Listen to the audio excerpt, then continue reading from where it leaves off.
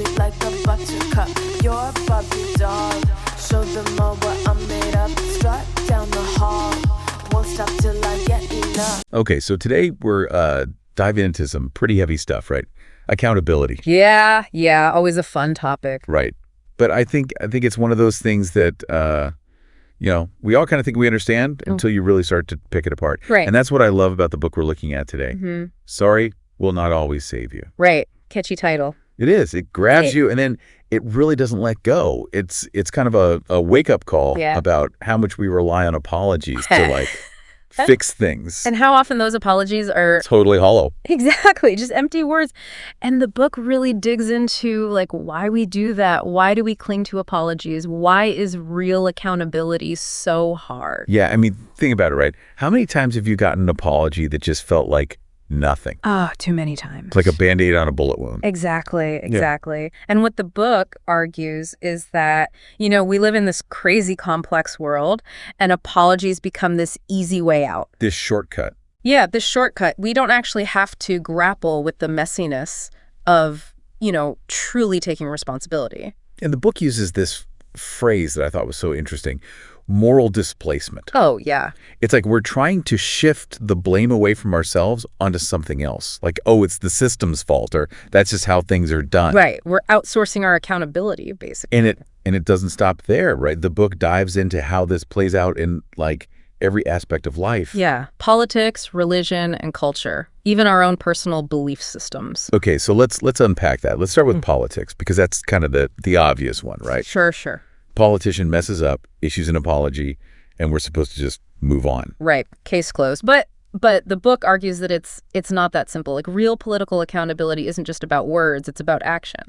So what does that actually look like? Because it feels like we've kind of accepted this low bar of, a quick apology and then back to business as usual. Right.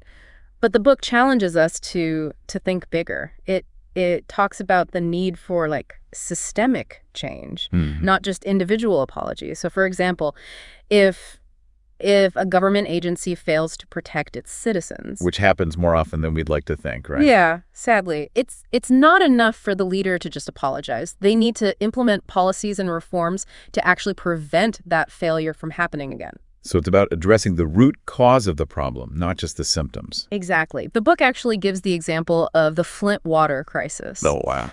Alongside the apologies, there needed to be actual legislation and resources allocated to guarantee safe water for all communities. That's true accountability. That's holding leaders to a much higher standard, which, shouldn't that be the expectation? You would think, but it's definitely a radical shift from how we usually think about these things. Okay, so politics is obviously one area where this plays out, but then there's religion and culture, which are these huge, powerful forces that shape how we see the world. How does the book tackle accountability in those contexts? Yeah, and this is where it gets even more complex, right? Because, religion and culture are based on these deeply ingrained beliefs and traditions. They can be really resistant to change. But the book doesn't shy away from that. It actually acknowledges that those traditions and beliefs can sometimes make it hard to hold people accountable. Like how so? Well, think about cultural norms that discourage speaking out against authority figures. Right.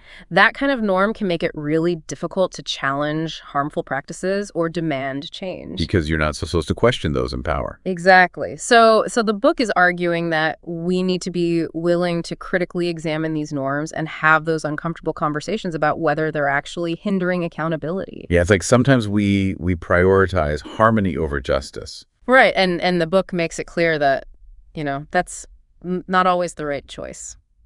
It's interesting, too, because it makes me think about how, a lot of times we talk about forgiveness in these contexts, like forgiving someone who's wronged us. But the book actually draws a really clear distinction between forgiveness and accountability. Yeah, that's a key point, because forgiveness is a personal choice. It's about letting go of anger and resentment. But accountability is about action. It has to involve actually making things right. So it's not enough to just say, I forgive you. There needs to be more than that. Exactly. The book even uses this term restitution, which is about taking concrete steps to repair the harm that was done. Okay, so give me an example of what that restitution would look like, because I think that's a really important point. Sure. It can look different depending on the situation, right? But In a personal relationship, it might be genuinely apologizing and then actually changing your behavior. So it's not just words, it's actions matching those words. Right, like showing the person you hurt that you understand the impact of your actions and that you're committed to doing better. In a more corporate setting, restitution might involve a company acknowledging they did something wrong, compensating people who are harmed, and then implementing new policies to prevent it from happening again. Right, because a lot of times, especially with corporations, it feels like they're trying to sweep things under the rug. Yeah.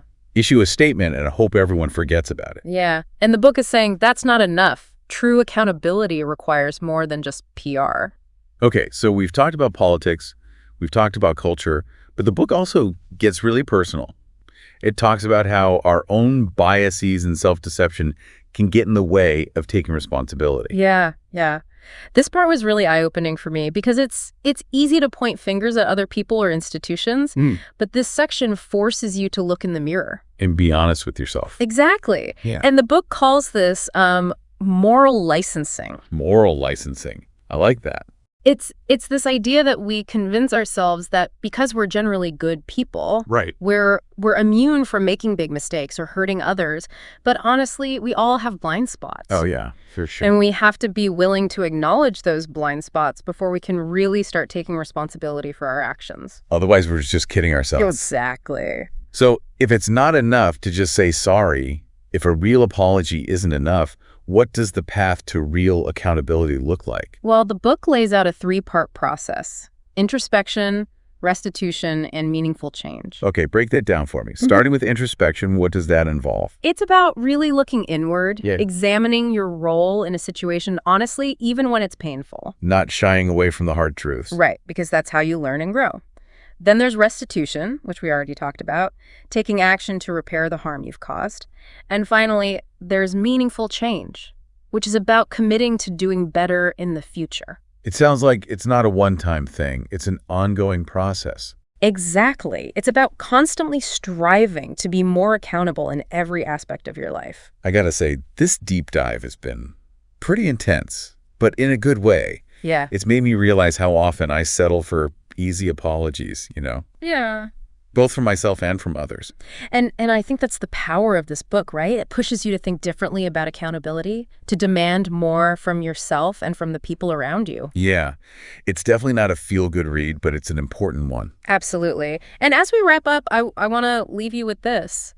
How can you take these principles like introspection, restitution, meaningful change, and actually apply them in your own life? Like, is it in your relationships, your work, your own inner dialogue? Yeah. The book gives us the tools, but it's up to each of us to use them. To actually put in the work. Exactly. Wow, some heavy stuff to think about. Definitely. To all our listeners out there, thanks for joining us on this deep dive, and we'll see you next time. See you next time. Sound the alarm. I'm coming up. We'll have a ball. I'm sweet like a buttercup. You're a Barbie doll. Show them all what I'm made of. Strut down the hall. Won't stop till I get enough.